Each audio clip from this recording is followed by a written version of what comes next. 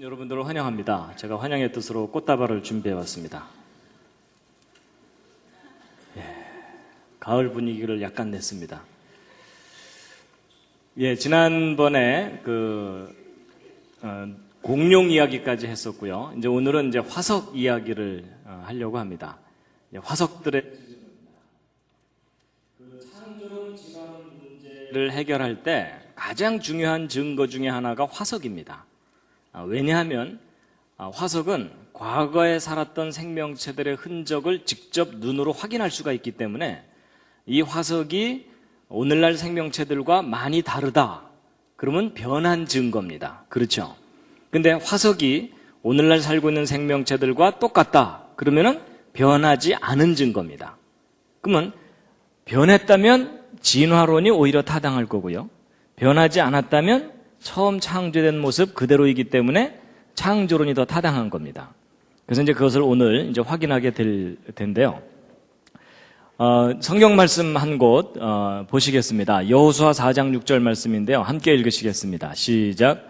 이것이 너희 중에 표징이 되리라. 후일에 너희 자손이 물어 가로되 이 돌들은 무슨 뜻이뇨 하거든.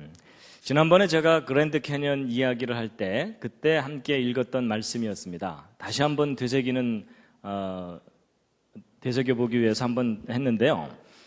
이스라엘 민족이 이집트를 탈출한 다음에 가나안 땅을 이제 가야 되는데 곧바로 가지 못하고 40년 동안 광야 생활을 하다가 뒤늦게 이제 여호수아로 지도자가 바뀌고 여호수아가 이스라엘 민족을 이끌고 가나안 땅을 들어가게 됩니다. 근데 가나안 땅을 들어갈 때 이 요단강이 바로 앞에 놓여 있게 되는데 그 요단강 앞에 이제 백성들이 도착을 했는데 마침 그때 요단이 추수할 시기가 될 때는 언덕에 넘칠 정도로 물이 많아지거든요. 몇 사람이면 그냥 헤엄쳐 건너가면 되지만 지금 20세 이상 싸움에 나갈 만한 사람만 60만 명이기 때문에 거기다 여자 합치면 120만 명, 또 아이들 바글바글 이러니까 한 200만 명 가까운 인구가 이 홍수가 난 강을 건너가야 되는 그런 상황이 된 겁니다. 근데 이제 그때 하나님께서 기적을 베푸셨죠. 어떤 기적을 베푸셨냐면 언약궤를 맨 제사장들이 요단강에 언약궤를 딱 메고 발을 내딛어서 발이 물에 잠기자마자 무슨 일이 벌어진 겁니까? 그랬더니 어떤 분이 물에 젖었어요. 이러더라고요. 근데 이제 그게 아니라 흐르던 강물이 딱 멈춰버린 겁니다. 그렇죠? 그러면 그 위에서 계속 흘러오던 물들은 그 위로 계속 쌓여버리겠죠? 그리고 이제 그 앞에 마른 땅이 쫙 드러난 겁니다. 일단 믿어지십니까? 믿으려고 애를 쓰시죠? 예. 근데 어쨌든 이제 제가 그 얘기를 하려는 건 아니고 이제 강물이 딱 그치면서 마른 땅이 드러나니까 그때 이제 이스라엘 민족이 다 마른 땅을 밟고 요단강을 건너가게 됩니다. 그래서 여기 보면은 이제 온 이스라엘 백성은 마른 땅을 향하여 요단을 건너갔다 이렇게 돼 있는데요. 이제 그 후에 여호수아가 백성들에게 이제 명령을 해가지고 돌들을 강 바닥에 있던 돌 12개를 꺼내 갖고 나와라. 그리고 바깥에가 쌓아놔라. 이제 그렇게 명령을 한 후에 그리고 나서 이제 한 말입니다. 다시 한번 읽으시겠습니다. 시작. 이것이 너희 중에 표징이 되리라. 후일에 너희 자손이 물어 가로되 이 돌들은 무슨 뜻이뇨 하거든. 그들에게 이르기를 곧 언약궤가 요단을 건널 때에 요단물이 끊어졌으므로 이 돌들이 이스라엘 자손에게 영영한 기념이 되리라 하라. 나중에 후손들이 이 돌들이 무슨 뜻이에요 하고 물어보면 뭐라고 대답하라는 겁니까? 하나님이 하신 일에 대한 증거다라고 얘기를 해주라는 겁니다. 그 요점이요. 물론 이제 그때 요단강에서 꺼내온 돌이 이 돌은 아닙니다. 그 돌을 찾아냈나 이러시는 분들이 계실까봐 말씀드리는 건데, 제가 이제 이 말씀을 이제 응용을 했습니다. 이 화석에 대해서 함께 한번 읽어보시겠습니다. 시작. 후일에 너희 자손이 물어 가로되 이 화석들은 무슨 뜻이뇨 하거든 뭐라고 대답을 해줘야 된다는 거겠습니까? 똑같습니다. 이 화석들은 하나님이 하신 일에 대한 증거다라고 가르쳐줘야 된다는 겁니다. 근데 이제 그게 왜 그래요 하고 또 따지고 들면 이제 자세하게 설명해 줘야 되잖아요. 그래서 이제 오늘 이제 화석이 왜 하나님이 하신 일에 대한 증거인지를 알려드릴 텐데요. 중요한 요점은 이겁니다. 여러분, 화석은요, 절대로 진화의 증거가 아닙니다. 화석은 무엇에 대한 증거냐면 하나님께서 종류대로 창조하셨다는 창조의 증거일 뿐만 아니라 대홍수 심판과 같은 사건의 증거들입니다. 그래서 이제 왜 그러한지를 이제 오늘 일일이 다 이제 확인을 이제 시켜드릴 텐데요. 여러분, 하나님께서 맨 처음에 종류대로 따로따로 다 만드셨다라고 성경에 기록되어 있습니다. 그래서 종류대로 창조하신 이후로 지금까지 크게 변한 게 없습니다. 이 화석들은요. 이제 그걸 보여주고 있고, 창세기 6장, 7장에 홍수에 관한 기록이 있는데 함께 읽으시겠습니다. 시작. 내가 홍수를 땅에 일으켜 무릇 생명의 기식 있는 육체를 천하에서 멸절하리니 땅에 있는 자가 다 죽으리라. 땅 위에 움직이는 생물이 다 죽었으니 곧 새와 육축과 들짐승과 땅에 기는 모든 것과 모든 사람이라. 성경 창세기 기록이 옳다면 지금 우리가 살고 있는 이 지구는 수천 년 전에 전 세계적인 홍수를 겪었습니다. 그럼 그때 하나님께서 창조하신 생명체들이 번성해 있다가 그 홍수 때 다 휩쓸려서 죽게 되겠죠. 거의 대부분은 파괴됩니다. 그렇지만 그 일부는 남아서 화석으로 남아있게 되거든요. 그래서 이 화석들이 종류대로 창조되었고 대홍수 때 그 홍수 심판에 의해서 파묻혀서 화석이 된 거다라는 것을 이제 오늘 확인하시게 될 텐데요. 화석은 이제 영어로 파슬 이렇게 얘기하고요. 한자 말로는 돌처럼 변한 것이다. 뭐 이런 뜻입니다. 그래서 생명체가 살다가 이렇게 그 흔적을 남긴 것들을 화석이라고 하는데, 직접 이렇게 흔적이 남은 것도 있지만 이 발자국들이 남는 경우도 화석이라고 말하기도 합니다. 그런데 이 화석들이 변해온 증거다라고 주장하는 것이 진화론이고, 변하지 않았다는 증거다라고 주장하는 것이 창조론입니다. 화석은 보통 퇴적암이라고 하는 암석 속에 대개 들어 있습니다. 이제 퇴적암이라는 것은 어디서부턴가 실려와서 쌓인 것을 의미하거든요. 그래서 이제 그런 속에 생명체들의 화석이 들어 있게 되는데, 이제 이런 화석들을 실제로 이제 발굴을 하는 겁니다. 그런데 이제 도대체 이런 화석들이 만들어지려면 이제 어떤 일이 일어나야 되느냐 하는 겁니다. 어떤 물고기나 이런 것들이 화석으로 변하려면 어떻게 돼야 되는 거냐 하는 건데요. 이제 보통 사람들이 화석에 대해서 학교에서 진화론만 교육받았기 때문에 화석에 대한 오해들을 참 많이 합니다. 이제 그 중에 하나가 뭐냐면요. 화석은 우리들 주변에서 쉽게 만들어질까요? 그렇지 않습니다. 여러분, 화석이 우리들 주변에서 쉽게 만들어지는 것이 아닙니다. 예를 들어 물고기가 물속에서 살다가 죽은 후에 이제 실려오는 흙들에 의해서 이렇게 파묻히고 나면 오랜 기간 동안 느린 퇴적에 의해서 화석으로 변할 거냐? 이런 일은 일어나지 않습니다. 여러분, 만약에 이런 식으로 화석이 만들어지는 거라면 지금 현재 한강, 금강 밑바닥에는 화석들로 가득 차 있어야 됩니다. 그렇죠? 근데 사실 강 밑바닥에는 화석들이 있나요, 없나요? 전혀 없습니다. 그러니까 화석은 이렇게 일반적인 오랜 세월 동안 느린 퇴적에 의해서는 만들어지지 않습니다. 그럼 화석은 어떻게 해야 만들어지는 거냐면 어느 날 갑자기 에구에구 뭐 이래야 만들어집니다. 갑작스럽게 메모리되는 상황에서 대개 화석이 만들어지게 됩니다. 그래서 이 어떤 물고기가 죽은 후에 부패와 분해에 의해서 없어져 버릴 것이냐 아니면 화석으로 남을 것이냐 하는 것은 조건의 문제입니다. 근데 보통 일반적으로 천천히 파묻히는 상황에서는 화석이 안 됩니다. 그 이유가 뭐냐면 우리들 살고 있는 이 주변에는 자그마한 미생물들이 우리가 죽기를 기다리고 죽은 후에는 이것을 다 분해시켜버리고 썩어버리게 만듭니다. 그래서요, 여러분, 일반적으로 화석은 좀 값이 비싸거든요. 그래서 화석이 값이 비싸다 그랬더니 어떤 분이 야, 화석을 캐러 다니기는 힘들고 만들어보자 이래가지고 집 앞마당을 포크레인으로 파고 시장에서 이것저것 다 사와가지고서 파묻어 놓으면 시간 지나면 화석이 돼 있을까요? 없어질까요? 썩어서 없어져 버립니다. 그래서 보통의 경우는요, 이 생명체들이 파묻히거나 노출되면 다 썩어서 분해돼서 없어져 버리지 화석이 안 됩니다. 그래서 이제 실제로 화석들을 발굴을 해보면 화석들은 어느 날 갑자기 파묻혀서 화석이 됐다는 것을 아주 분명하게 보여주는 그런 증거들이 있는데요.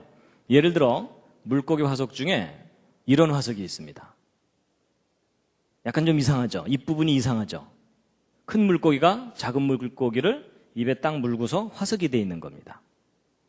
무슨 상황이요? 안타까운 상황입니다.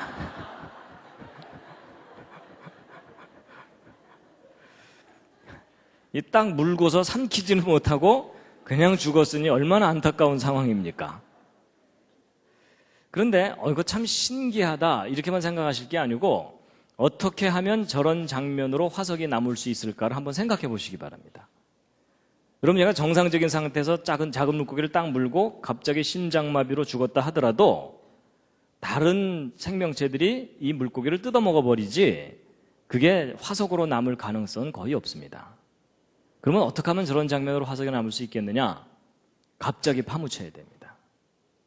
그러니까 이걸 딱 물고서 삼킬 겨를도 없이 그냥 꽉 눌려갖고 화석이 돼야만 가능하다는 거죠.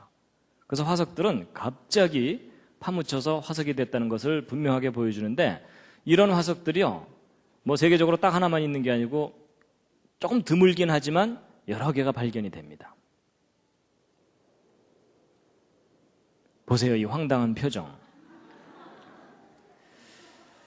근데 이제 지금까지 것들은 좀 안타까운 상황인데 비교적 행복한 상황도 있습니다. 얘는 그래도 먹고 죽은 거예요. 그렇죠? 그래서 웃고 있잖아요. 근데 여러분, 이 뱃속에 있는 것이 분해되지 않은 상태로 화석이 돼 있어요. 그건 갑자기 매몰돼서 화석이 돼야만 가능하다는 이야기입니다.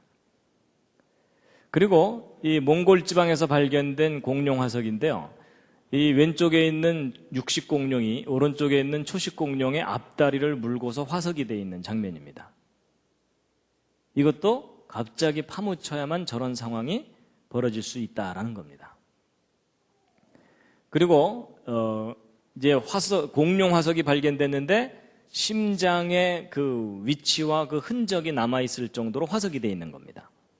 보통은 이 뼈 같은 것은 오랫동안 보존될 수 있지만 살이나 내장 같은 것들은 아주 쉽게 상해하고 분해되어 버리기 때문에 여간에서 오랜 세월 동안 느리게 화석이 된 거라면 그런 흔적이 남아있을 수가 없습니다. 근데 이렇게 심장의 그 위치와 그 흔적이 식별이 될 정도로 남아있다는 얘기는 갑자기 매몰돼서 빠르게 화석이 됐다는 것을 강하게 뒷받침해 줍니다. 그리고 이것은 이제 익룡인데요, 익티오사우루스라고 하는 건데 지금 새끼가 뒤에 하나 이렇게 붙어 있는데 이게 지금 어미의 뒤를 따라서 헤엄치고 있는 것이 아니라 새끼를 조기 분만한 형태라고 보고 있습니다. 그래서 어미가 갑작스럽게 죽을 상황이 되면 이 생명을 어떻게 해서든 살리려고 조기 분만을 하는 그런 경우가 있다고 하거든요. 그래서 이 장면은 그런 장면이라고 좀 분석을 하고 있습니다. 그렇다는 얘기는 역시 이것도 갑자기 이제 파묻혀서 죽게 되는 상황에서 이제 이와 같은 상황으로 화석이 됐을 거다라고 보고 있습니다. 그 다음에 이제 이것은 뱃속에 5마리 새끼가 들어있는 상태로 화석이 된 건데요, 이렇게 생생하게 화석이 남는 경우가 좀 드물기는 한데 어쨌든 이 상황도 갑자기 파묻혀야 되는 거지, 얘가 죽고 나면 노출되고 다른 생명체들이 뜯어먹기 때문에 이렇게 온전하게 보존되는 일이 쉽지가 않습니다. 이것은 이제 육지동물인데 쌍태를 벤 상태로 화석이 되어 있는 겁니다. 이것도 역시 갑작스러운 메모를 보여주는 것이고요. 그 다음에 잠자리 같은 것도 쟤네들이 죽고 나면은 개미들이 막 뜯어가기 바쁩니다. 그렇죠? 근데 저렇게 선명하게 화석으로 남을 수 있는 것은 죽은 후에 곧바로 메모리 됐기 때문에 다른 동물들이나 다른 생명체들이 분해를 안 시킨 그런 장면이라고 볼 수 있고요. 그 다음에 해파리 같은 것들도 아주 쉽게 그 분해가 되는데 해파리까지도 화석으로 남아있는 경우가 있습니다.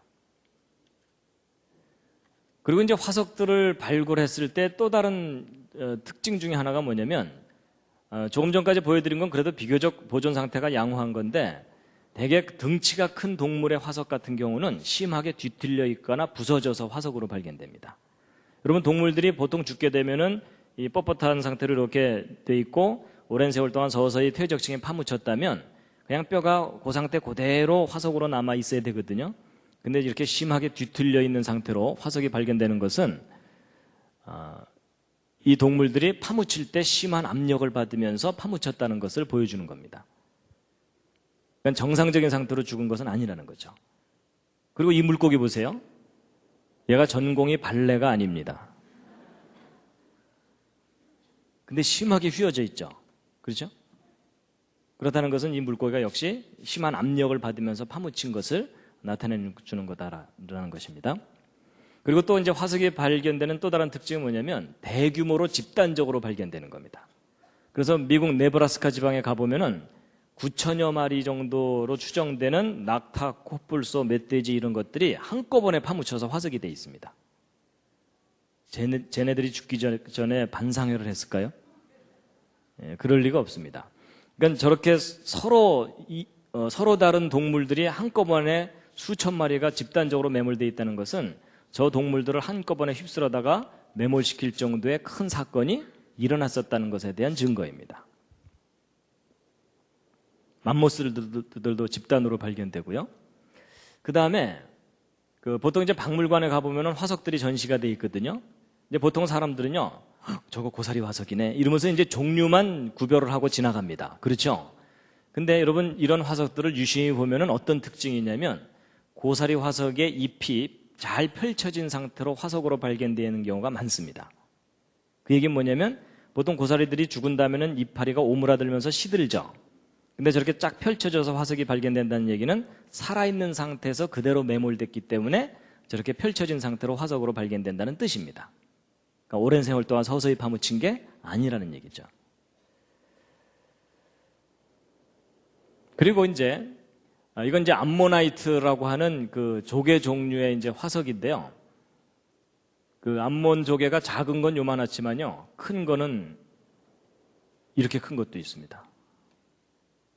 저런 거 하나 잡으면 동네 잔치할 수 있습니다. 근데 이제 보통 또 사람들이 저거 암모나이트 화석이야 이러고 이제 지나가고 마는데, 이런 조개 종류들의, 이런 암모나이트 종류들의 화석들을 발견해 보면 특징이 뭐냐면 표면 상태가 비교적 깨끗합니다. 그게 무슨 뜻이냐면요, 그 바닷가에 놀러 가 보시면 알지만 죽은 조개 껍질 표면에는 다른 동물들이 구멍을 뚫거나 또는 다른 동물들이 들러붙어서 살게 되거든요. 그러니까 죽은 후에 오랫동안 노출되게 되면은 그런 세월의 흔적이 남게 됩니다. 근데 전 세계적으로 발견되는 이 암모나이트 화석들의 보편적인 특징이 뭐냐면 표면 상태가 깨끗하다는 겁니다. 그 얘기는 뭐냐면 살아있는 상태에서 갑자기 죽었다는 얘기입니다. 그리고 이제 조개 종류 화석은 화석 중에 가장 비율이 높게 발견됩니다. 그러니까 화석 중에 제일 많이 발견되는 것이 조개 화석이거든요. 왜냐하면 조개 껍질은 썩지를 안 하니까 화석으로 많이 발견되는데, 근데 이 조개 화석들을 발견해 보면 특징이 하나 있습니다. 한번 맞춰보시죠. 조개 화석들이 특징이 뭘까요? 대개의 조개 화석들이 입을 다물고서 화석이 되어 있습니다. 그 바닷가에 놀러 가보시면 알지만요, 이런 죽은 조개들은 이렇게 그 껍질이 서로 분리가 돼가지고서 이렇게 널려 있는 경우들이 참 많습니다. 그렇죠? 근데 조개 화석들이 입을 딱 다물고서 화석이 돼 있다는 얘기는 죽은 후에 덮여서 화석이 된 게 아니라 살아있는 상태에서 그대로 매몰됐다는 것을 말합니다. 그래서 지금까지 쭉 설명드린 내용의 요점이 뭡니까? 어느 날 갑자기 죽었시오, 이겁니다. 그래서 이 화석들은 오랜 세월 동안 서서히 파묻혀서 화석이 됐다라기보다는 어느 날 갑자기 어떤 사건에 의해서 갑자기 파묻혀서 화석이 됐다는 걸 강력하게 보여줍니다.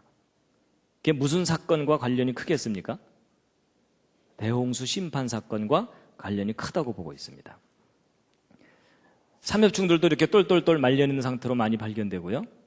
그리고 새우 같은 것들도 사실 아주 쉽게 분해되는 것들인데 이렇게 생생한 모습으로 아주 세밀한 부분까지도 그대로 화석으로 남아있다는 것은 갑자기 파묻혔다는 증거라는 겁니다. 그래서 이제 보통 생명체가 죽은 후에는 부패와 분해를 겪게 마련인데 이렇게 화석화가 되는 것은 갑자기 파묻혀서 화석이 되기 때문에 그런다라는 겁니다. 그래서 이제 첫 번째 화석에 대한 이야기를 해드렸고요. 이제 두 번째는 이제 뭐가 있냐면요.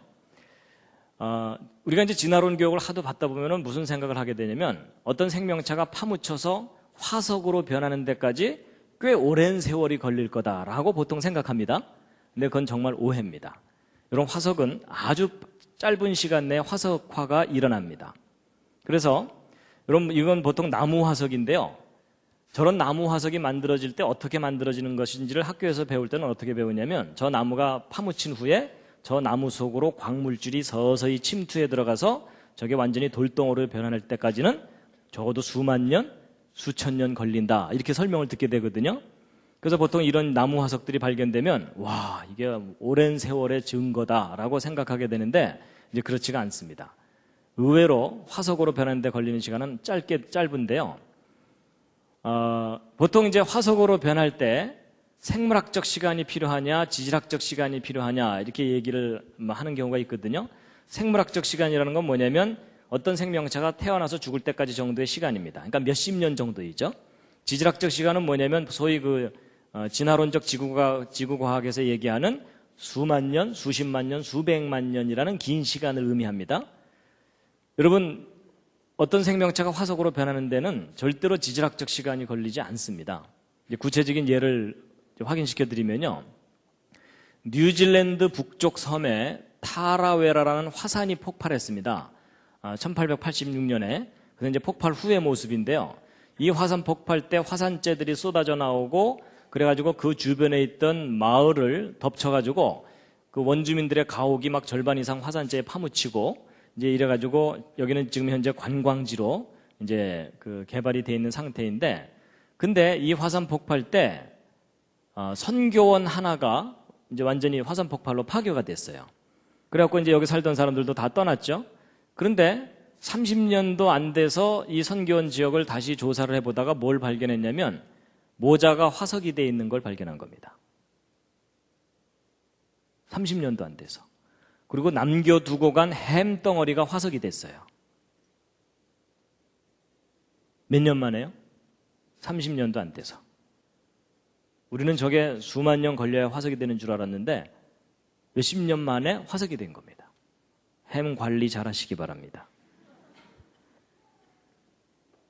그리고 이제 영국 요크 지방 서쪽 21km 된 곳에 이상한 우물이 하나 있어요. 이 우물은 이제 이 우물에서 물이 뚝뚝뚝 떨어지는데 여기다가 뭔가를 매달아 놓기만 하면 다 화석이 되는 겁니다. 그래서 곰인형 같은 거를 매달아 놓으면 반년도 안 돼서 완전히 돌덩어리로 변하는 겁니다. 왜냐하면 이제 여기서 떨어지는 이 물들이 광물질을 포함하고 있기 때문에 이 광물질들이 아주 빠르게 침투해 들어가서 돌덩어리를 만들어 버리는 겁니다. 근데 저렇게 화석으로 변하는데 몇십 년이 걸리는 게 아니고 1년도 안 돼서 화석이 돼 버리는 겁니다. 그래서 말 안 듣는 분들은 여기다 매달아 놓으면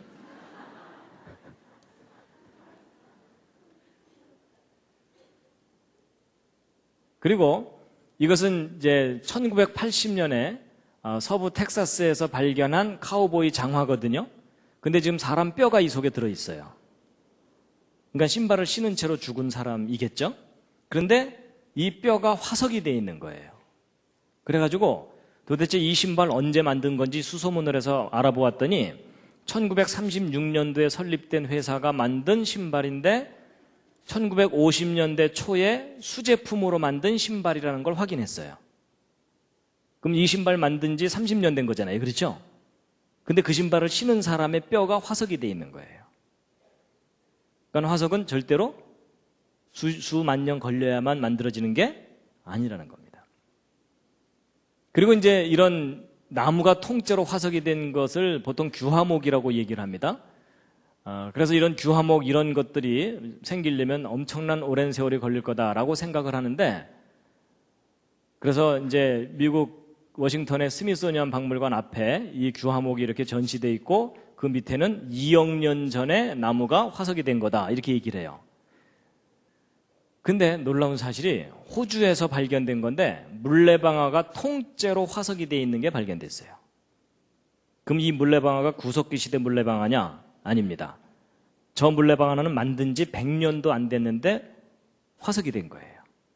그래서 아마도 여기 살았던 사람들이 떠나고 여기서 흐르는 물이 광물질을 포함하고 있었기 때문에 이 물레방아를 통째로 화석화를 만들어버린 거예요.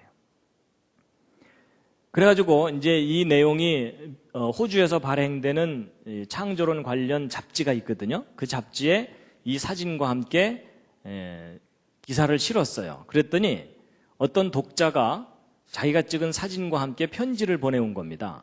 이 편지 내용이 뭐냐면 자기가 15년 전에 여기를 방문해서 자기도 참 신기해갖고 기념사진을 찍은 거랍니다. 근데 자기가 15년 전에 찍은 사진하고 최근에 찍은 사진을 두 개를 비교해보면 물레방아 한두 칸이 화석화가 더 진행된 것을 알 수 있다. 뭐 이런 내용의 편지예요. 그러니까 화석화는 지금도 진행되는데 어쨌든 100년도 안 됐는데 물레방아가 통째로 화석이 되는 거예요. 그러니까 큰 나무가 화석화되는데 별로 오랜 시간이 걸리지 않는다는 겁니다. 그리고 좀 이 아저씨가 손에 하나 뭐 하나 들고 있는데 이게 오렌지가 화석화가 된 겁니다. 근데 100년도 안 돼서 화석화가 된 것을 발견했어요. 그리고 이 진화론 지질학자들이 아주 골머리를 앓는 것 중에 하나가 있습니다. 그게 뭐냐면 다지층 나무 화석이라고 하는 건데 이게 뭐냐면 지층은 분명히 수평으로 이렇게 쌓여 있는데 그 지층을 뚫고서 나무가 화석으로 발견되는 겁니다. 근데 보통 이 진화론적 지질학에서는 퇴적층이 30cm 정도 쌓이려면 평균 5,000년쯤 걸린다 이렇게 해석을 하거든요. 그럼 사람 하나 파묻히려면 몇만 년 걸리는 거예요. 그러면 여기 이 사람 높이에 비교해보면 이 나무 수십만 년, 그러니까 여기 있는 이 퇴적층의 두께는 수십만 년 걸려서 쌓였다고 해야 되잖아요. 근데 그 수십만 년이라는 세월을 뚫고서 나무가 화석으로 되어 있는 거예요. 근데 여러분, 이게 말이 안 되잖아요. 그렇죠? 저 나무가 수십만 년 동안 살아있을 수도 없고 수십만 년 후에 푹 와서 박힌 것도 아니고 결국 이게 이 퇴적층이 쌓이는데 수십만 년 걸린 게 아니라는 얘기입니다. 어느 날 갑자기 퇴적층이 쌓이는 와중에 나무가 함께 파묻힌 거라는 겁니다. 그래서 우리로 하여금 이 지구가 굉장히 오랜 세월 동안 형성됐다고 믿게 만들었던 증거들이 그렇지 않다는 겁니다. 그래서 이 다지층 나무 화석은 어떤 사건에 의해서 퇴적층이 갑자기 쌓이는 거지 오랜 세월 동안 서서히 쌓이는 게 아니다라는 것을 보여주는 증거입니다. 그리고 이제 사람들로 하여금 이 지구가 아주 오래되었다고 믿게 만드는 것 중에 하나가 이 동굴입니다. 동굴 구경 가보신 분들 있죠? 보통 동굴 가보면은 그 동굴 얼마나 오래됐다고 설명을 듣게 되나요? 하여튼 수천만 년? 적어도 수백만 년 이상 됐다 이렇게 설명을 듣게 되죠? 왜 그런 설명을 듣게 되냐면 이 동굴 속에서 자라는 이런 것들을 이제 종유석, 석순 이렇게 얘기하는데 위에서부터 고드름처럼 자라 내려온 것을 뭐라 그러죠? 종유석입니다. 그리고 밑에서부터 자라 올라간 것을 석순이라 그러고 아예 기둥이 되어버린 것을 석주 이렇게 얘기합니다. 갑자기 심한 방언이 나왔죠? 예. 근데 이제 이런 종유석이나 석순 같은 것들이 형성되는데 아주 오랜 세월이 걸린다고 보통 배우게 되는데 왜냐하면 여러분 요 끄트머리에서 물방울이 똑똑똑 떨어지면서 이 거대한 석순이 만들어지려면 굉장히 오랜 세월이 걸렸을 거다라고 생각하기 때문입니다. 근데 여러분 종유석이나 석순이 그렇게 오랜 세월 동안 걸려서야만 만들어지는 게 아닙니다. 미국에서 실제 이제 관찰된 건데요. 링컨 기념관 지하에 자란 종유석입니다. 그러면 링컨이 뭐 구석기 시대 전쟁 영웅입니까? 아니죠. 그렇죠? 예. 이 건물 만들어진 지 100년, 200년도 안 됐는데 어린아이 크기만큼 종유석이 자란 겁니다. 그래가지고 과학자들이 실험을 해보았는데 80일 만에 종유석이 이만큼 자라는 것도 실험적으로 확인을 했습니다. 그러니까 80일 만에 이만큼 자랐으니까 그러니까 한 3달 정도 만에 이만큼 자랐잖아요. 그러면 30개월이면 이거 10배 자라겠죠. 그럼 30개월이라고 해봤자 3년도 채 안 되는 겁니다. 그럼 3년 만에 이거 10배 자랐다면 30년이면 그보다 또 10배 자라겠죠. 그러면 저 기둥만한 저 석주도 몇백 년 이내에 다 자랄 수 있다는 얘기입니다. 그러니까 이게 무슨 얘기냐면 종유석이 자라는 것은 조건의 문제이지 시간의 문제가 아니라는 겁니다. 그래서 이건 미국 인디아나주에 있는 어느 메모리얼 빌딩 지하에 석주가 자랐는데 한 4m 자라는데 40년, 그러니까 만들어진 지 40년 된 건물 지하에 4m짜리 석주가 자란 겁니다. 그래서 어떻게 이게 자랐나 이제 확인해 보았더니 이 건물에서부터 약 10km 떨어진 지점에 동굴이 하나 있었습니다. 근데 그 동굴하고 이 건물이 지하수로 연결이 돼 있었던 거예요. 그래서 광물질을 포함하는 지하수가 이 건물이 있는 데까지 스며들어와 가지고 밑에 이제 지하실이 뻥 뚫려 있으니까 그걸로 물이 뚝뚝뚝 떨어지면서 이 석주가 형성된 겁니다. 근데 이게 수만 년 걸린 게 아니라 40년도 안 돼서 만들어진 거라는 겁니다. 그래서 이제 이런 동굴의 종이석 같은 것들은 어떻다라고 보고 있냐면, 여러분 전 세계적인 대홍수 같은 그런 사건이 있게 되면 지구 전체가 완전히 물로 덮여 있다가 이제 대륙이 다시 솟아 올라오게 되면은 물이 쭉 빠지게 되잖아요. 그렇죠? 그러면 광물질을 포함하는 그 물들이 빈 틈이나 이런 데 뚝뚝뚝 떨어지게 됩니다. 그럼 광물질을 풍부하게 포함하고 있던 그 물들이 아주 빠른 시간에 종이석들을 성장시키는 겁니다. 근데 소스가 무한정 있는 게 아니기 때문에 시간이 지나고 나면 자라는 속도가 느려지게 되겠죠. 그래갖고 처음에는 성장 속도가 빠르다가 시간이 지나면서 소스가 떨어지면 성장 속도가 갑자기 줄어들게 되죠. 그럼 오늘날에는 거의 안 자라게 됩니다.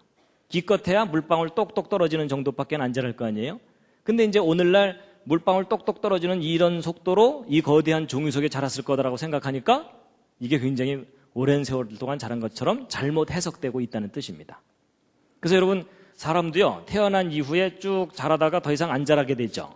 그래서 성장이 거의 멈춘 20대의 청년이 1년에 기껏해야 1mm 자라니까 그럼 1년에 1mm 자랐는데 이 사람이 지금 170cm니까 170cm까지 자라려면 몇 년 걸렸다고 해야 돼요? 1700년. 뭔가 잘못 계산한 거 아시겠죠? 그래서 종이석이 항상 느리게만 자란다면 정말 이런 동굴들이 막 수백만 년 이상 된 거겠지만 종이석은 조건에 따라 빨리 자랄 수도 있고 느리게 자랄 수도 있다는 겁니다. 그래서 우리가 그동안 굉장히 오랜 세월 동안 자랐을 거라고 생각했던 동굴들도 오랜 세월 동안 형성되었을 거라고 생각했던 동굴들도 사실은 아주 짧은 기간 내에 형성될 수 있다라는 얘기입니다. 그 다음에 이제 산호도 마찬가지입니다. 산호도 아주 오랜 세월 동안 느리게 자란다고 알려졌는데 실제로 어떤 증거들이 발견되냐면요. 바다에 빠진 신발 위에 산호가 자란 겁니다. 이게 로마 시대 군화가 아닙니다. 몇십 년도 안 된 신발 위에 산호가 자란 겁니다. 그래서 산호도 조건만 주어지면 아주 빨리 자랍니다. 그래서 실제 이 물속에서 산호가 자라는 것을 직접 관찰을 한 것인데요. 이 부분이 얼마 시간 지나지 않아서 막 새로운 산호들이 갑자기 막 생겨나고 빨리 자라는 것을 확인할 수 있었던 겁니다. 그래서 산호가 자라는 것도 조건의 문제이지 오랜 시간이 걸려야만 된다는 게 아닙니다. 그래서 지금까지 이제 설명드린 내용을 또 다시 정리를 해드리면 어떤 생명체가 죽은 후에 화석으로 변하려면은 생물학적 시간으로도 충분합니까? 지질학적 시간이 걸려야만 됩니까? 예, 생물학적인 시간만으로도 충분히 화석으로 변할 수 있다라는 것을 이제 말씀을 드렸습니다.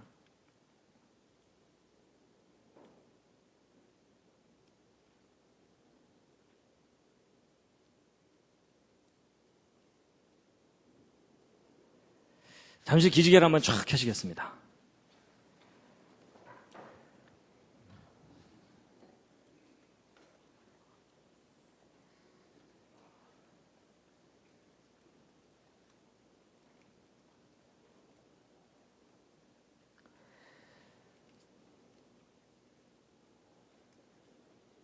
좌양좌하셔서 옆에 있는 분 안마를 좀 해드리겠습니다. 지금 제가 앞에서 보니까 상태가 별로 안 좋으십니다, 다들.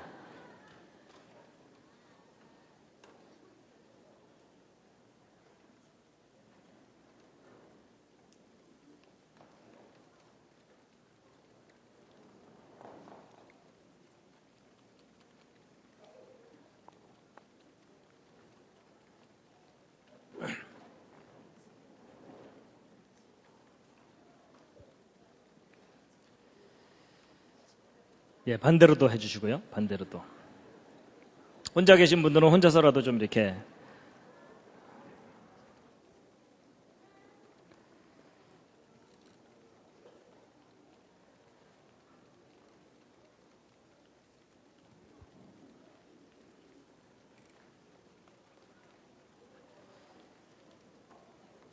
예.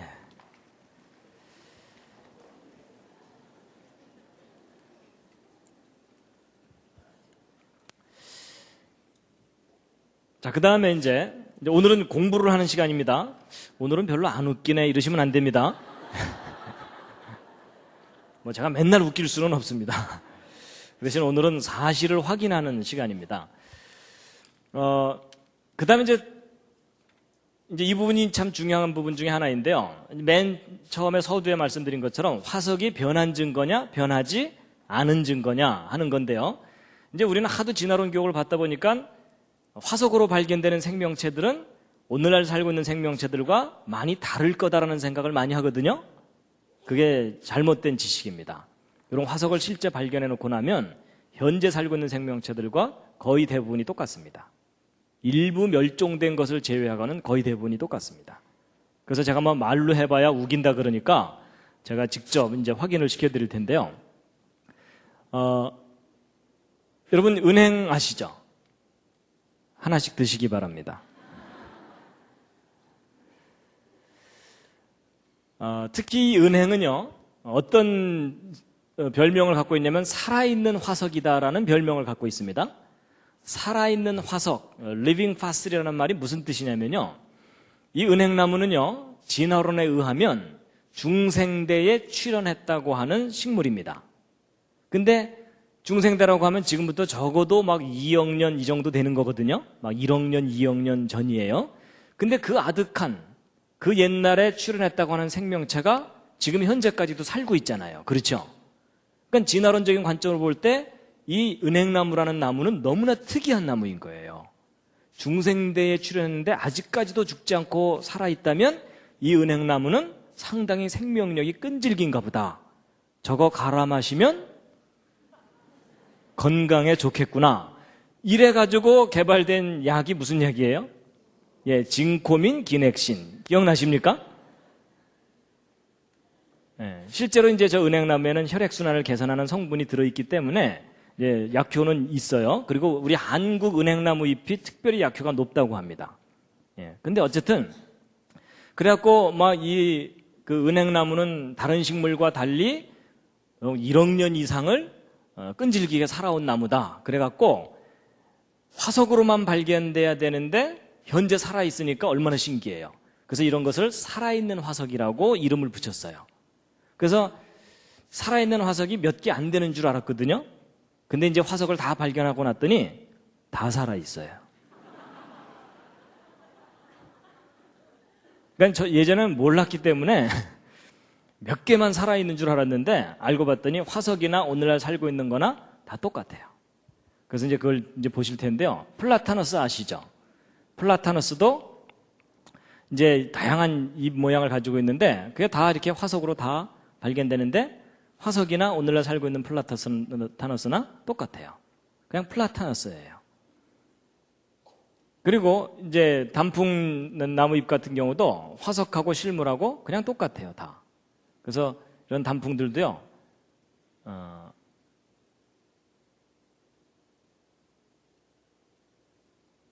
화석하고 실물하고 똑같고요. 그 다음에 제가 파일을 좀 다른 걸 열어야 되겠습니다.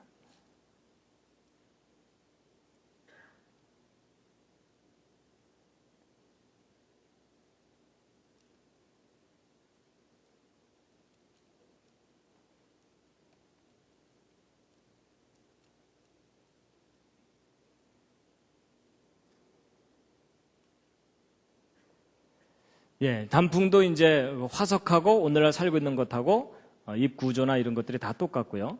풍나무라고 하는 것도 화석하고 실물하고 똑같고, 그 다음에 야자수도 오늘날 살고 있는 것과 화석하고 똑같고, 앞으로 계속 보여드리는 것의 주제는 뭐냐면 똑같습니다. 예, 그냥 이제 확인만 하시면 됩니다. 밤나무도 화석으로 그대로 발견되고, 너도 밤나무,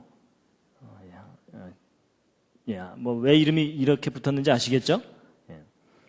똑같고 굴피나무도 뭐 버드나무도 하여튼 우리가 알고 있는 모든 생명체들이 화석이나 실물이나 똑같습니다. 다. 목련도 그대로 발견되고 달에도 똑같이 발견되고 오리나무도 이건 오리나무가 아니라 포플라입니다. 그다음에 느티나무도. 그리고 물부추 이런 것들도 똑같고. 그러니까 화석이나 오늘날 살고 있는 거나 다 똑같습니다. 고사리류도 똑같고 뭐 진화됐다는 증거가 없어요. 다 똑같아요. 그랬더니 어떤 분이요, 색깔이 다르네 뭐 이러시더라고요. 그런 분들은 잘 돌봐드려야 됩니다.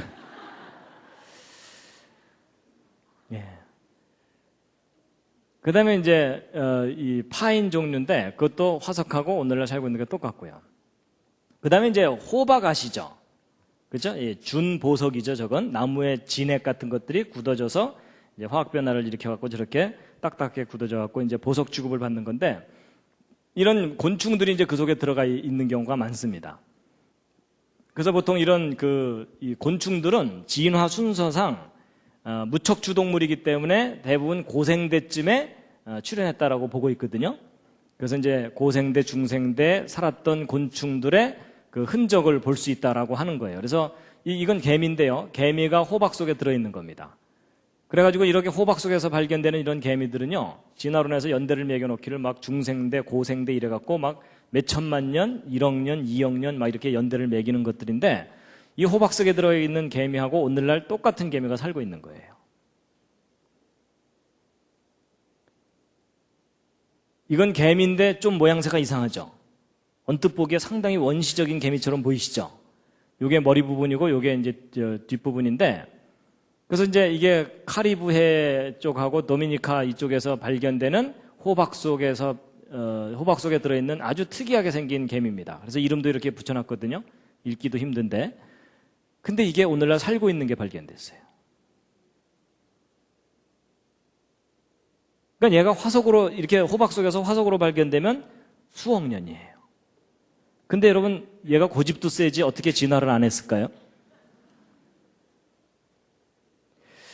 왜 저런 일이 발생하냐면요, 바로 이제 이런 겁니다. 지금은 교통과 통신이나 이런 게 발달했기 때문에 지구 이쪽에서 발견된 것이 인터넷에 올라가면 다른 곳에서 바로 볼 수 있죠. 근데 이게 요즘 얘기지, 그 이전에는 여기서 발견된 지식이 지구 반대편으로 건너가려면 상당히 시간이 걸려요. 그렇죠? 그러니까 지구 이쪽에서 사는 사람은 화석만 발견하고 살고 있고, 지구 이쪽에 살고 있는 사람은 실물만 보고 살고 있는 거예요. 그러니까 이쪽에서 화석만 발견한 사람들은 참 모양도 희한한 것이 참 원시적이네 이러면서 살고 있었던 거예요. 근데 나중에 이제 지구 반대편에서 실물이 살고 있는 것을 확인해 봤더니 그놈이 그놈이에요. 그러니까 전혀 변하지 않았고 일단 진화가 안 됐어요. 그렇죠? 그리고 똑같은 종류가 그대로 살고 있고. 그러니까 지식이 충분하지 않았을 때에 오해를 했었던 겁니다. 그래서 호박 속에 들어있는 곤충하고 지금 살고 있는 것하고 비교를 해보면 날개 무늬까지 똑같아요. 부채벌레목에 해당되는 이런 것들도 호박 속에서 이렇게 발견되는데 오늘날 똑같은 게 늠름하게 이렇게 살고 있고. 그래서 이 독일 학자 중에 한 분인 요아킴 쉐븐이라는 이분은요, 평생 동안 뭐만 연구하시냐면 똑같아 이것만 연구하세요. 그래서 사람들한테 알려주는 거예요. 화석이나 오늘날 살고 있는 거나 똑같다는 거예요. 변한 것도 하나도 없고 처음 창조하신 모습 그대로다. 대벌레라는 것도 있습니다. 꼭 나뭇가지처럼 생겨갖고 그 곤충이 아닌 것처럼 보이다가 갑자기 움직이는 뭐 그런 거거든요. 이 대벌레라는 곤충도 호박 속에 그대로 발견되고, 나방도 그대로 발견되고, 나방은 나방이고 나비는 나비고, 벌은 벌이고, 바퀴벌레도요. 화석으로도 그냥 바퀴벌레예요. 그 다음에 이제 스코르피언 플라이라 그래서 이 꼬리에 그 전갈 같은 꼬리를 갖고 있다 그래서 이제 붙여진 이름인데, 화석이나 오늘날 살고 있는 거나 그냥 똑같아요. 모기도. 벼룩도요. 벼룩 화석도 발견됩니다. 거미도. 잠자리도. 그 다음에 이건 올챙이 새우라 그래가지고요. 야, 그거 참 희한하게 생겼네. 올챙이처럼 생긴 새우다. 이래가지고 이거 처음 화석 발견됐을 때 2억 년 전에 살았었던 참 이상한 새우다. 이랬거든요. 근데 살고 있는 게 잡혔어요. 스웨덴, 헝가리. 실제 살고 있는 모습입니다, 이게. 그러니까 얘가 살아서 발견됐기에 망정이지 화석으로 발견됐으면 얘도 2억 년이 되는 거예요. 우리나라에서도 살고 있는 게 확인됐고요. 그 다음에 이건 민물새우인데요. 이 민물새우 화석은 화석으로 발견됐을 때는 막 고생대 페름기와 석탄기 암석 속에서 발견되는 2억 1,500만 년에서 3억 5천만 년 전에 살았던 새우다 뭐 이랬거든요. 근데 호주 남쪽에 태즈메니아 섬이라는 섬이 있는데 그 섬에 300m 높이의 산 개울에서 살고 있는 게 잡혔어요. 좀 더 숨어 있지. 잡혔어요. 뭐 새우도 가재도 게도 그냥 오늘날 살고 있는 거나 화석이나 똑같습니다. 다. 해마도요. 해파리도 그렇고 불가사리도 그렇고 하나님이 처음 창조하신 모습 그대로입니다. 다. 화석은 변한 증거가 아닙니다. 악어도 그렇고 투아타라라고 하는 것도 그렇고 뱀도 그렇고요. 박쥐도 똑같고 화석이나 오늘날 살고 있는 거나 그냥 다 박쥐예요. 그래서 이런 화석들은 오늘날의 생명체들과 모습이 많이 다른가 아니면 똑같은가? 같습니다. 변한 증거가 아닙니다. 자, 그 다음에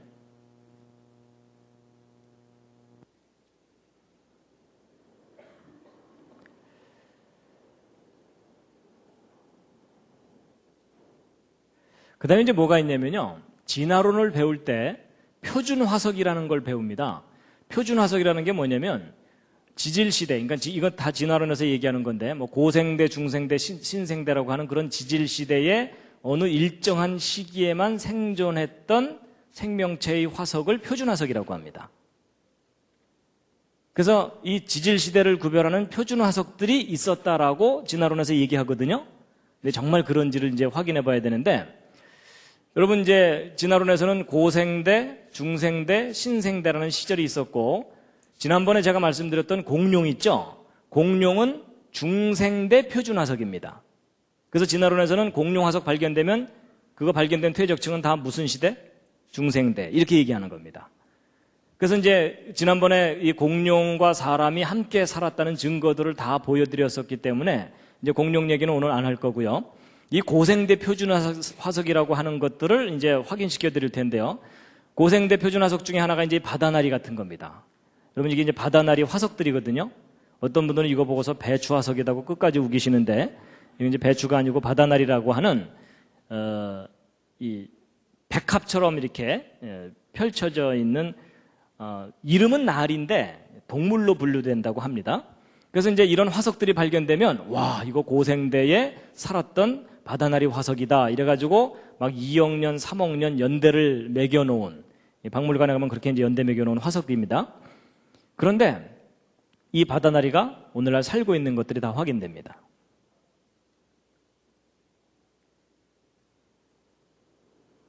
그러면 보세요. 이거 화석으로 발견되면 막 몇 억 년 연대를 매기는 건데 오늘날 살고 있잖아요. 그러면 이게 정말 몇 억 년 전부터 살았었다면 지금도 이렇게 살고 있는 걸 보면 계속 살아왔다는 얘기죠. 그렇죠? 그러면 사실 이 바다나리가 지금부터 100만 년 전에도 화석이 될 수가 있고 1000만 년 전에 화석이 될 수도 있고 10,000년 전에 화석이 될 수도 있고 그렇잖아요.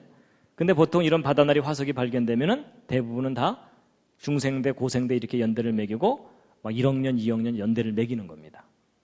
근데 문제는 2억 년 전에 살았다고 하는 바다나리나 오늘날 살고 있는 바다나리나 그냥 바다나리예요. 그리고 이제 암모나이트도 마찬가지입니다.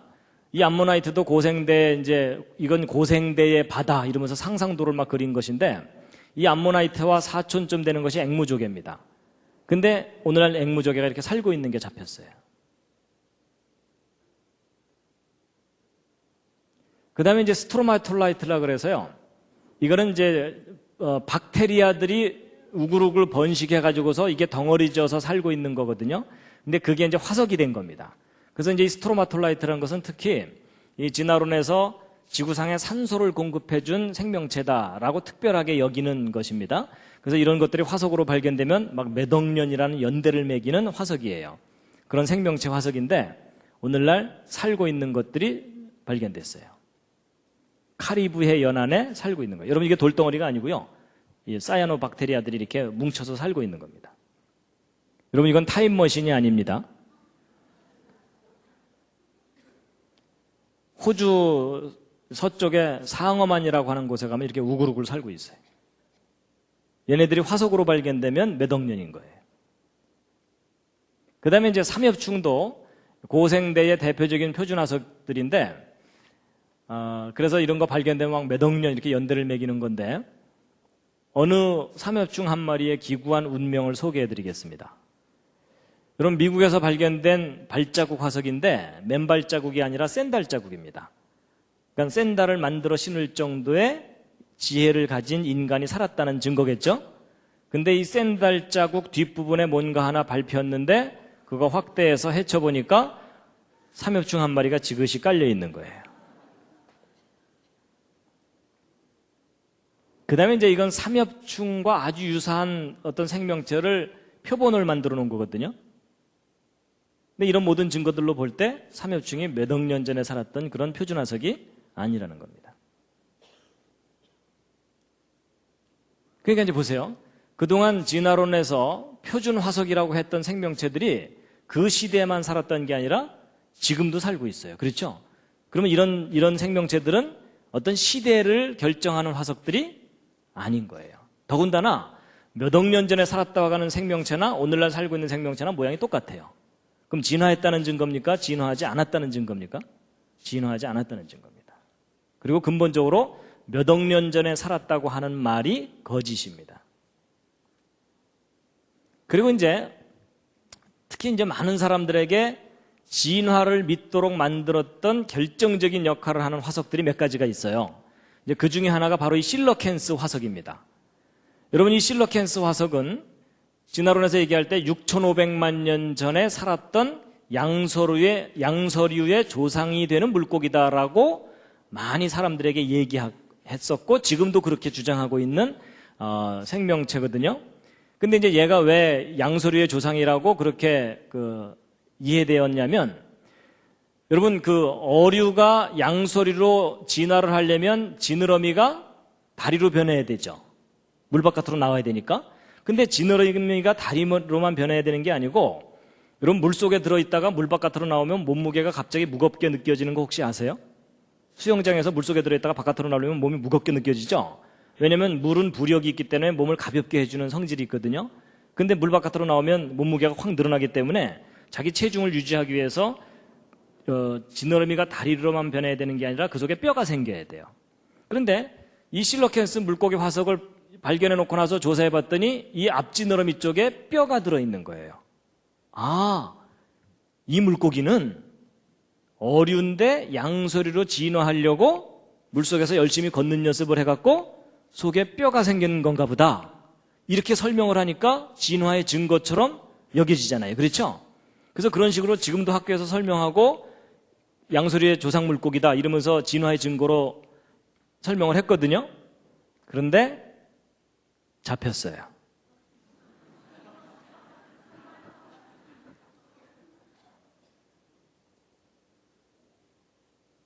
(1950년대) 잡혔어요.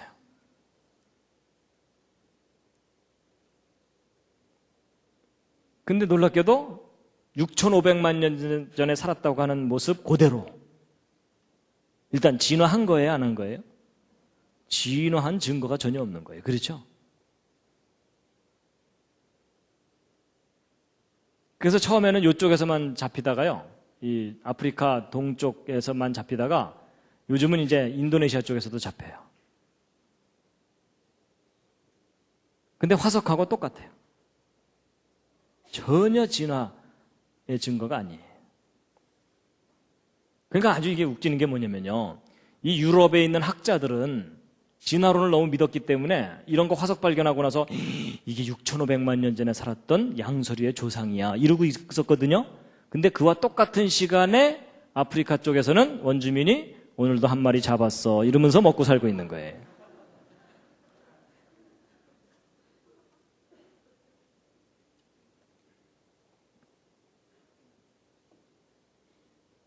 인도네시아 쪽에서도 잡고. 그 다음에 이건 투구개라고 하는 것의 화석이거든요. 마치 그 투구를 쓴 개다 뭐 이런 거예요. 영어로는 호스슈 크랩이라고 해서 말편자같이 생긴 개다 이렇게 얘기를 합니다. 그래서 특히 요 화석은요, 지금부터 1억 4,500만 년 전에 살았던 투구개 화석이다라고 박물관에 연대까지 매겨놓은 화석이에요. 근데 오늘날 똑같은 게 살고 있어요.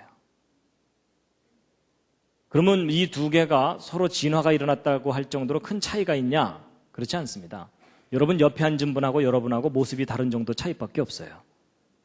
그럼 여러분 어느 쪽에서 어느 쪽으로 진화하신 겁니까?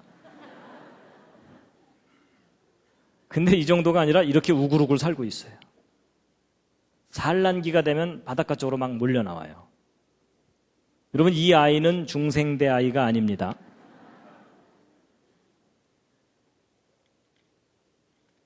막 이렇게 우글우글 살고 있어요.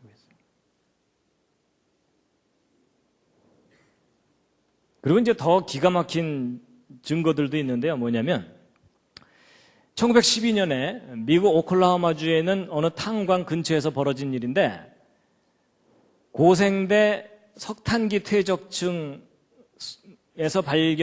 채굴된 석탄 덩어리 속에서 쇠그릇이 나왔어요. 이건 너무 황당하죠?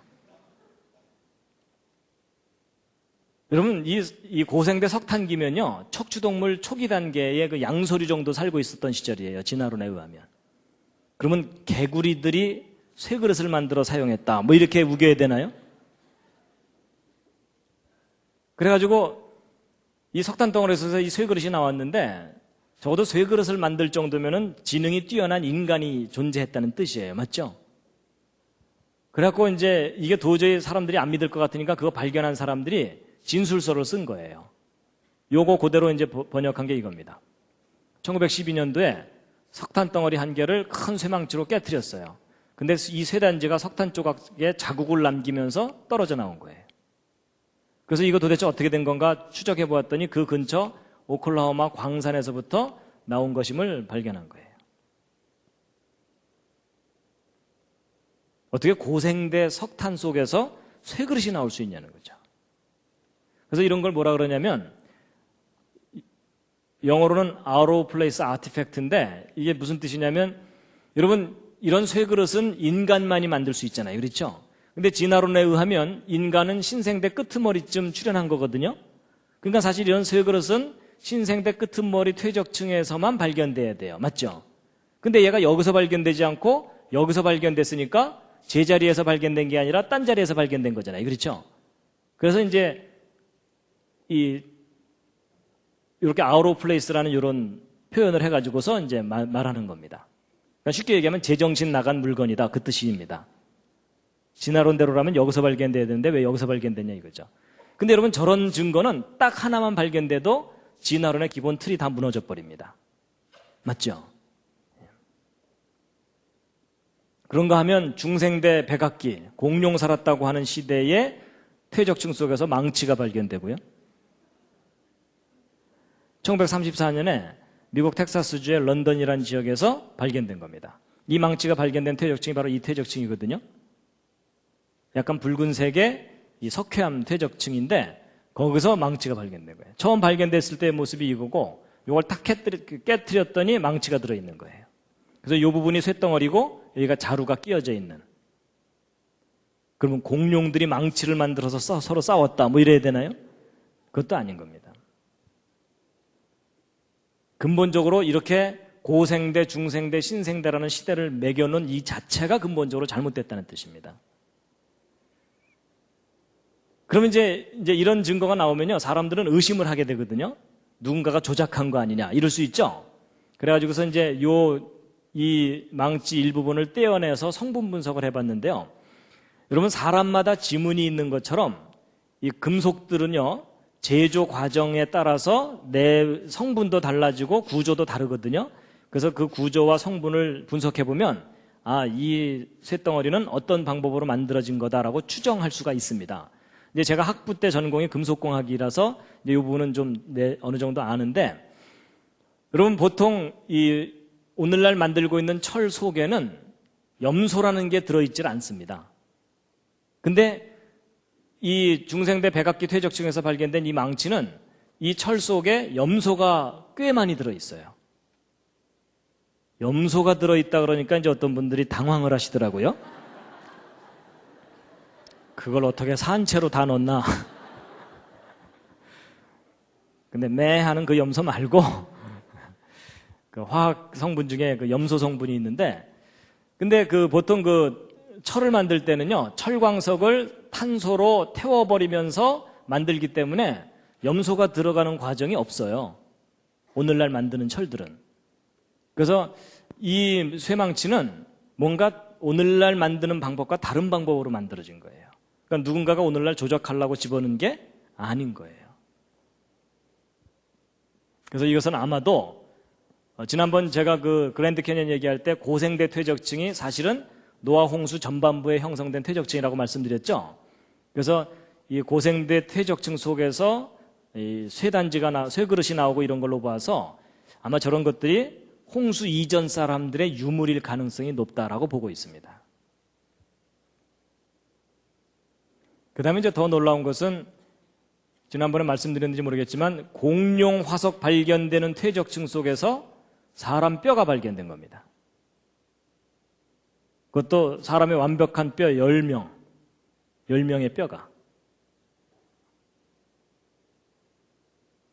결국 무슨 얘기냐면 고생대, 중생대, 신생대라는 이런 시대는 진화론적인 허구적인 시대이지 실제 지구 역사 속에 저런 시대는 없었습니다. 사람 손가락도 발견되기도 하고요. 시간이 많이 안 남았으니까 시간이 많이 갔기 때문에 제가 좀 줄이겠습니다.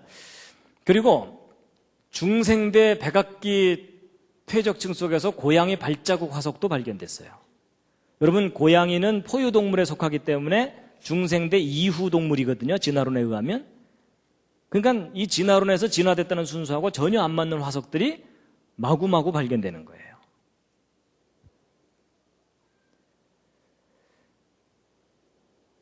자, 이제 보통 진화론에서는요, 무척추동물에서 척추동물로 진화를 했고, 이 척추동물 중에서도 어류가 먼저고, 그 다음에 양서류, 파충류, 조류, 포유류 이렇게 진화했다고 합니다.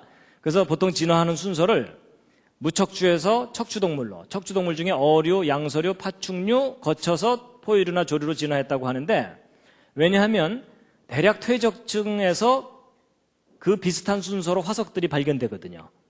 비교적 밑에 퇴적층에서는 어류 쪽이 많이 발견되고 위에 퇴적층에서는 포유류가 발견되고, 그래서 퇴적층 속에서 이렇게 순서대로 발견되는 것은 옛날에는 이 무척추동물과 어류들이 있었고 최근에 척추동물이, 그러니까 포유동물이 진화해서 생겨난 것 아니냐, 그렇게 해석할 수 있지 않느냐, 이제 이렇게 볼 수 있는데, 여러분 잘 보세요.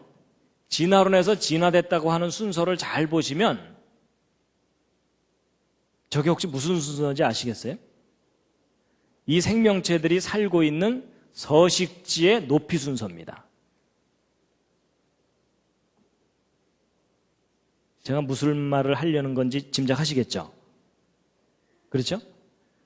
이게 무슨 얘기냐면 전 세계적인 대홍수가 일어나면 이 모든 생명체들이 한꺼번에 이제 휩쓸려서 바다 쪽으로 쌓이겠죠. 그러면 얘네들이 살고 있는 높이에 비례해서 대충 파묻히겠죠. 결국 그 얘기라는 겁니다.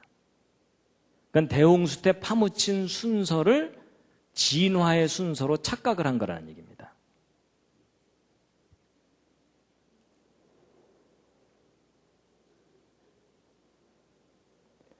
그래서 지금까지 이제 화석에 대해서 쭉 설명드린 내용을 정리하고 이제 오늘 마치겠습니다.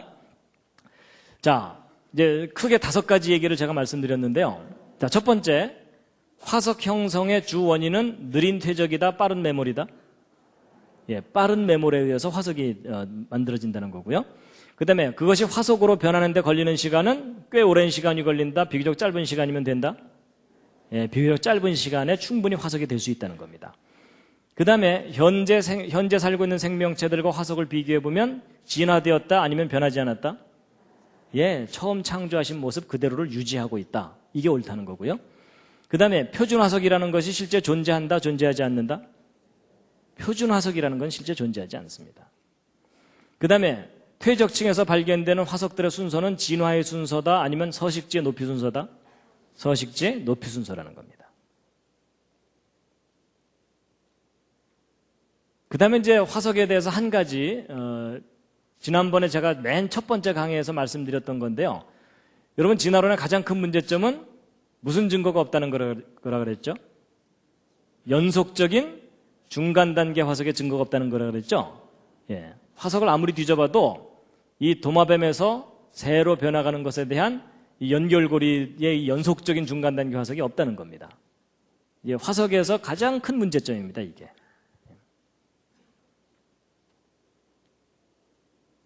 그래서 지금 학교에서 생물이 진화됐다라고 가르치고 진화의 증거가 마치 화석들인 것처럼 가르치지만 실제 이렇게 화석들을 확인해 보면 결코 진화의 증거가 아닙니다. 근데 문제는 지금 학교에서 진화론만 가르치고 있기 때문에 문제가 심각합니다. 학교에서 진화론만 교육받고 나면요, 대부분이 무신론자가 되어버립니다. 성경이 믿어지지 않게 돼 있고. 자, 다시 한번 읽으시겠습니다. 시작. 후일에 너희 자손이 물어 가로되 이 화석들은 무슨 뜻이뇨 하거든 뭐라고 대답하셔야 된다고요? 일단 제일 간단한 대답은 하나님이 하신 일에 대한 증거다. 근데 그 하나님 하신 일이 크게 두 가지예요. 뭐예요? 창조에 대한 증거이고 대홍수와 같은 심판의 증거다라는 겁니다. 그래서 종류대로 창조하신 그 모습을 그대로 화석들이 보여주고 있고, 그리고 하나님께서 홍수로 심판하실 때 휩쓸렸던 생명체들이 갑자기 파묻혀갖고 아주 빠르게 화석이 돼갖고 지금까지 남아있는 거다라는 겁니다. 물론 화석들이 대홍수 심판 때에만 형성되는 건 아닙니다. 대홍수 이후에도 지구상에 격변이 여러 차례 있었기 때문에 그런 격변 속에서도 화석은 계속 만들어집니다. 근데 어쨌든 화석은 오랜 세월 동안 서서히 만들어지는 게 아니라 어느 날 갑자기 격변에 의해서 파묻혀서 화석이 되는 거다라는 겁니다. 그래서 화석은 절대로 시간의 증거가 아니라 사건에 대한 증거입니다. 사건. 그래서 지금부터 4300년 전에는 홍수로 심판을 하셨는데 하나님께서 다시는 물로 심판하지 않으실 거다라고 말씀을 하셨습니다. 그래서 이제 오늘은 이제 화석에 대해서 여러 가지 이야기들을 해드렸습니다. 도움이 좀 되셨습니까? 마지막 꽃다발입니다.